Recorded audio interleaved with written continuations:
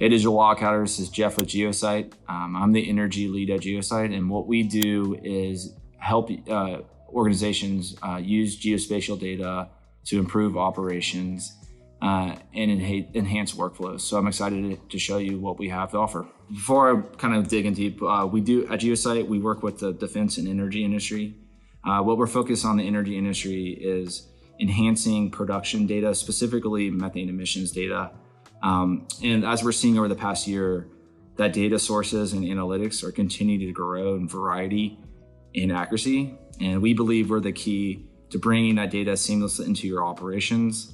The way I really like to think about it is we're the socket that fuses and operationalizes production data, again, in particular is GHG data. Our hope is working with you to fuse not only your own data, third-party data, but our hope is to enhance predictive and maintenance, improve regulatory reporting,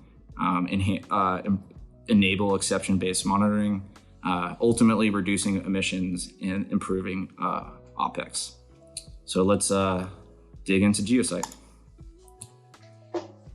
So when it comes to geospatial data, we fuse satellite imagery, IoT, SCADA data, aerial, whether it's drone or planes taking images, your own regulatory reports, you can upload that data.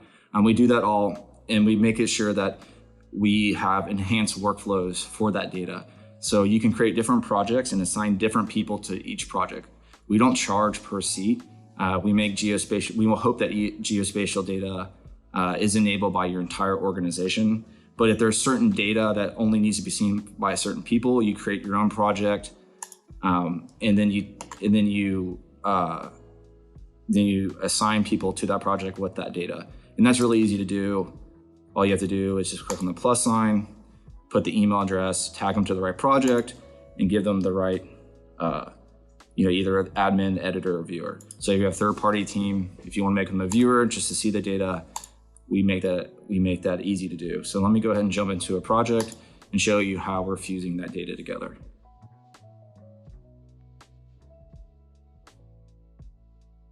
The first thing I want to show you, the one that we talk about data fusion, is how we make it easy for your own operations to upload your own data. That is a critical focus point for us because we want to make sure that you're able to do it. All users are able to upload their own data from the front end. To do that, all you have to do is select upload. You select the file that you want.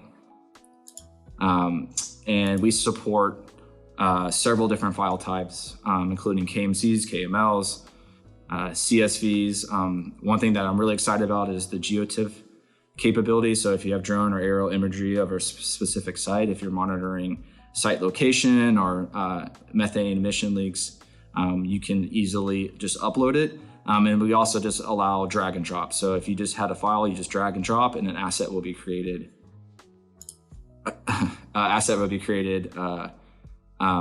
With those images that are associated with it.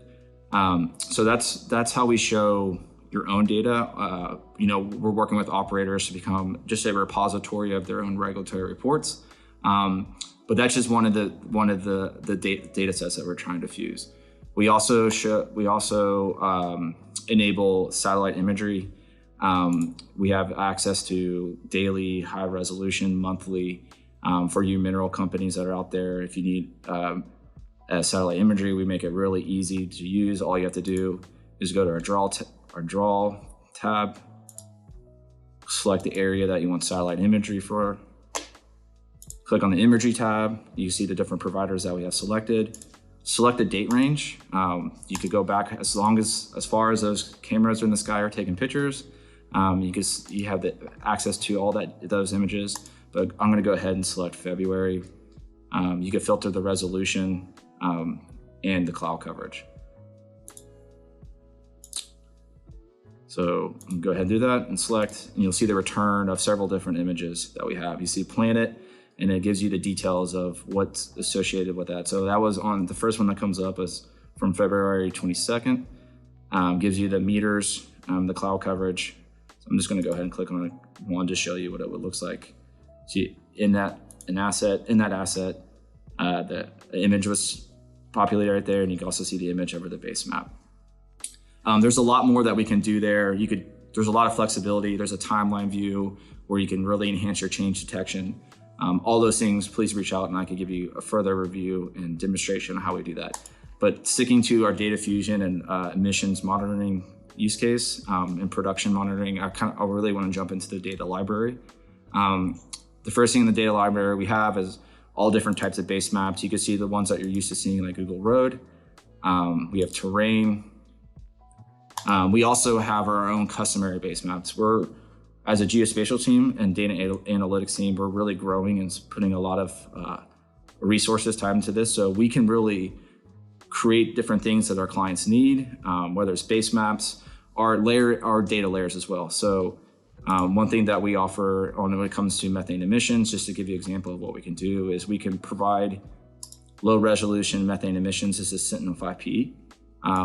We can start layering in third-party high resolution methane emissions data as well. Let me just go ahead and zoom in. That gives you an example. But what I really want to show here and demonstrate is that we can pull in that third-party data for you. You don't need to see isolated data. We can put all that data onto Geosite. We also include regulatory data. We have access to Texas Railroad Commission. I just went ahead and pull up all the well locations. This gives us more data layers to see when you're layering in methane. You have regulatory. I've already talked about satellite and also your own data.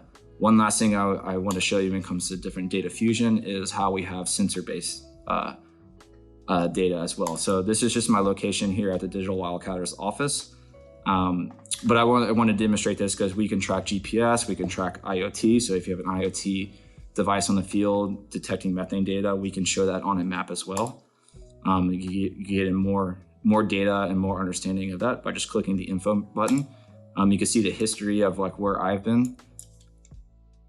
It just gives you better context on a map with all the different data. So not only can you track where people are on the field and enabling remote operations, but we could also fuse in IoT devices and potentially SCADA devices as well.